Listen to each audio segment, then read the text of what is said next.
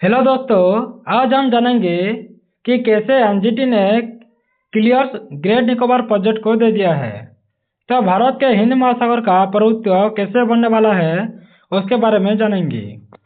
तो पहले इंट्रोडक्शन जान लेते हैं कि ग्रेट निकोबार प्रोजेक्ट क्या है और यह इतना महत्वपूर्ण क्यों है। तो भारत के सामरिक और आर्थिक और भू राजनीतिक भविष्य के लिए ग्रेट निकोबार द्वीप परियोजनाएं यानी great Nicobar island development project एक गेम चेंजर मानी जा रही है। हाल ही में राष्ट्रीय हरित अधिकरण यानी एनजीटी ने इस परियोजना को मंजूरी मिलने के बाद यह चर्चा का केंद्र बन गया है। यह सिर्फ एक इंफ्रास्ट्रक्चर प्रोजेक्ट नहीं है, बल्कि भारत की हिंद महासागर रणनीति, व्यापार की सुरक्षा, चीन को संतुलित करने की नीति और ब्लू इकोनॉमी से सीधे जुड़ा हुआ है। तो यह परियोजना अंडमान निकोबार द्वीप समूह के ग्रेट निकोबार द्वीप पर विकसित की जा रही है, जो भारत का सबसे दक्षिणी बिंदु इंदिरा पॉइंट के पास स्थित है। तो इसके भौगोलिक स्थिति इसे अत्यंत रणनीतिक भी बनाती है, क्योंकि यह दुनिया के सबसे व्यस्त समुद्री मार्गों में से एक है, जिसको हम मलक्का जल डमरू मध्यम यानी मलक्का स्टेट के करीब स्थित है। ये तो परियोजना के मुख्य घटक क्या है वो जान लेते हैं। तो ग्रेट निकोबार प्रोजेक्ट लगभग 72,000 करोड़ की एक मेगा परियोजना है, जिसमें 4 प्रमुख हिस्से शामिल हैं। एक तो ट्रांसशिपमेंट पोर्ट है, जैसे अंतर्राष्ट्रीय स्तर का डीप सी ट्रांसशिपमेंट पोर्ट होगा और बड़े कंटेनर जहाज़ों को संभालने की क्षमता भी रखेगा। भारत को सिंगापुर, कोलंबो और दुबई जैसे ट्रांसशिपमेंट पर हब बन सकता है और इस पर निर्भरता भी करने में मदद मिलेगी। तो ग्रीनफील्ड इंटरनेशनल एयरपोर्ट भी बनेगा। तो ड्यूल यूज एयरपोर्ट बनेगा, जैसे सिविल के लिए भी और मिलिट्री बेस के लिए भी होगा। तो बड़े विमान और रक्षा ऑपरेशन के लिए ये उपयुक्त हो सकेगा। उसके बाद पावर प्लांट होगा, जैसे ऊर्जा आपूर्ति के लिए आधुनिक व्यवस्था कर सकेंगे और भविष्य में नवीकरणीय ऊर्जा की संभावनाएं भी ज़्यादा बढ़ेगा। उसके बाद टाउनशिप डेवलपमेंट भी किया जाएगा। तो लगभग 3.5 यानी 3.5 लाख लोगों के लिए स्मार्ट शहर बनाए जाएंगे और आधुनिक बुनियादी की सुविधाएं भी वहां पर मिलेंगा। तो उसके बाद हम एनजीटी की मंजूरी क्यों महत्वपूर्ण है वो भी जान लेते हैं। तो एनजीटी यानी नेशनल ग्रीन ट्रिब्यूनल ये पर्यावरण से जुड़ा मामले की सर्वोच्च न्यायिक संस्था है।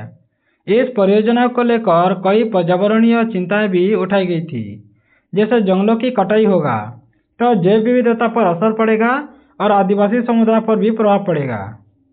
तो एनजीटी ने क्या कहा, तो पर्यावरण मंजूरी की समस्या भी की थी, अतिरिक्त सुरक्षा उपायों के निर्देश भी दिए थे और मॉनिटरिंग कमेटी बनाने को भी कहा है। इस मंजूरी के बाद परियोजना के रास्तों की सबसे बड़ी कानूनी बाधा भी हट गई है। उसके बाद भारत की समुद्री रणनीति और ग्रेट निकोबार के बारे में जान लेते हैं।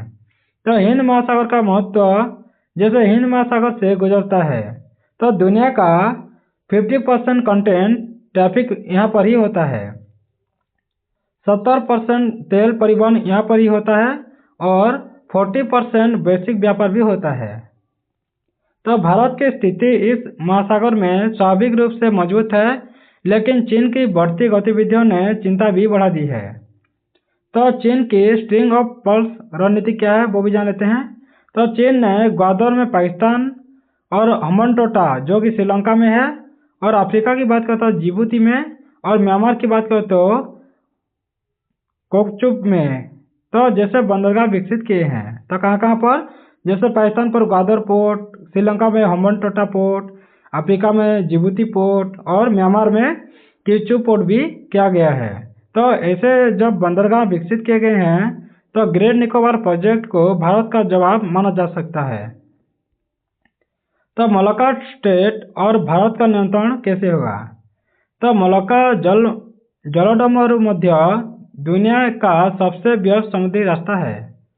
तो यहाँ से गुजरता है, चीन का 80% तेल आयात करता है और जापान, कोरिया और एशियन देशों का भी व्यापार होता है। तो ग्रेट निकोबार की बात करें तो मलक्का के प्रवेश द्वार के पास है और समुद्री निगरानी के लिए आदर्श स्थान भी है।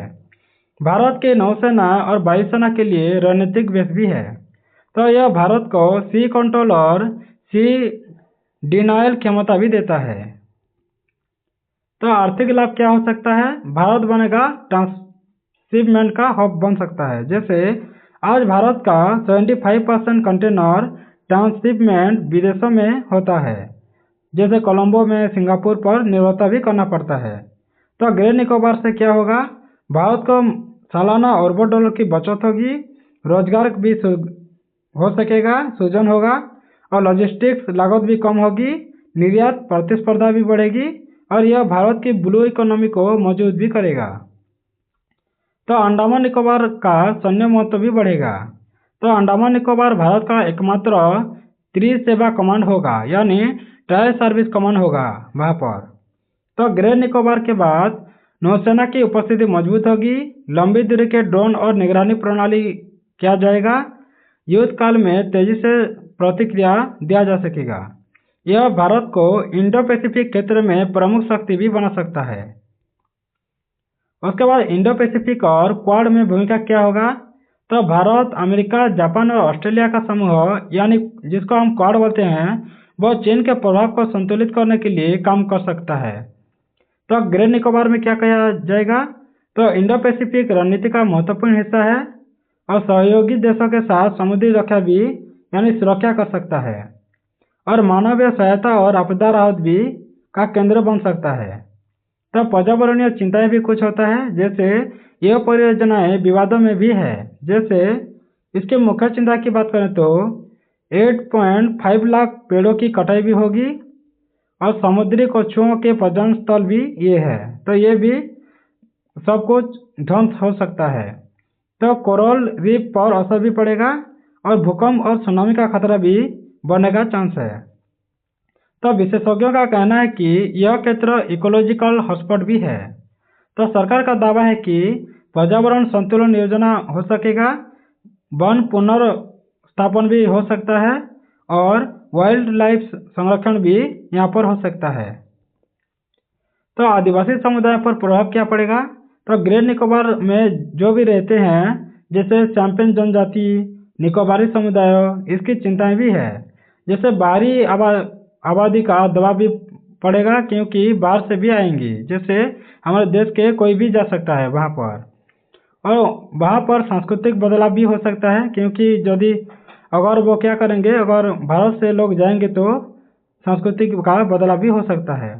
तो भूमि का अधिकार भी बढ़ सकता है।